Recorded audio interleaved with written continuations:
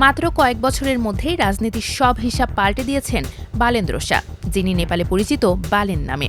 কিন্তু কে এই বালেন, আর কিভাবে নেপালের তরুণদের কাছে তিনি হয়ে উঠলেন পরিবর্তনের প্রতীক?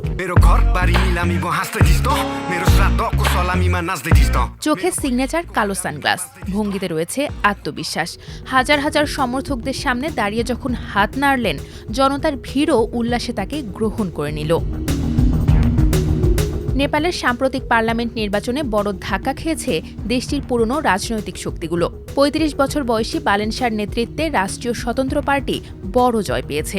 এমনকি নিজের নির্বাচনী আসনে তিনি পরাজিত করেছেন ৪ বারের সাবেক প্রধানমন্ত্রী কেপি শর্মা ওলিকে। দেশটির নির্বাচন কমিশনের প্রাথমিক ফলাফল অনুযায়ী তার নেতৃত্বাধীন মধ্যপন্থী রাষ্ট্রীয় স্বতন্ত্র পার্টি আরএসপি পার্লামেন্ট নির্বাচনে বিপুল জয়ের পথে রয়েছে। নেপালে ২০২৫ সালের সেপ্টেম্বরে সামাজিক যোগাযোগ মাধ্যম নিষিদ্ধ করার প্রতিবাদে জেএনজি প্রজন্মের নেতৃত্বে যে আন্দোলন শুরু হয়েছিল তা দ্রুতই দুর্নীতি ও অর্থনৈতিক সংকটের বিরুদ্ধে বড় বিক্ষোভে রূপ নেয়। ওই আন্দোলনে অন্তত ৭৭ জন নিহত হন এবং কেপি শর্মা ওলির সরকারের পতন ঘটে।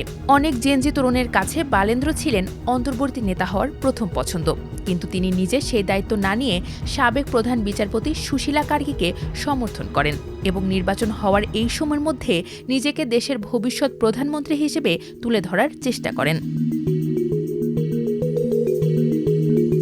বালেন্দ্র শাহ ২০১৩ সালের আগে প্রায় অচেনাই ছিলেন। ওই বছর হঠাৎ করেই তিনি র্যাপ সঙ্গীতের দুনিয়ায় আলোড়ন তোলেন।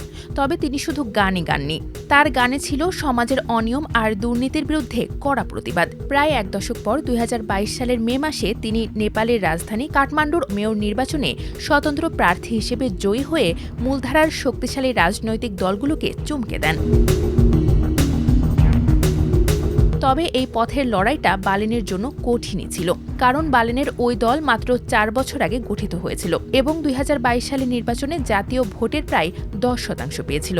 অনেকে বলছেন রাজনীতিতে তার অভিজ্ঞতা কম, আবার কড়া বক্তব্য ও আক্রমণাত্মক ভাষার কারণেও তিনি বহুবার বিতর্কে জড়িয়েছেন। তিনি মূলধারার দলগুলোর পাশাপাশি ভারত, চীন ও যুক্তরাষ্ট্রকেও কড়া ভাষায় সমালোচনা করেছেন, এমনকি নেপালের ক্ষমতার প্রতীকী স্থানগুলো পুড়িয়ে দেওয়ার হুমকিও দিয়েছেন।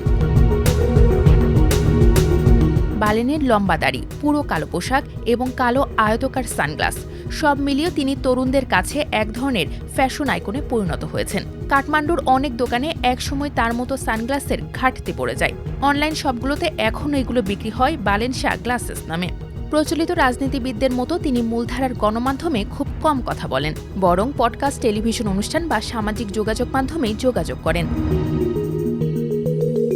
যদিও সমালোচকেরা এখনও প্রশ্ন তুলছেন বালেন কি সত্যিই একটি দেশ পরিচালনা করার মতো পরিণত হয়েছেন, তবুও অনেক তরুণের কাছে এসব প্রশ্ন গুরুত্বপূর্ণ নয়।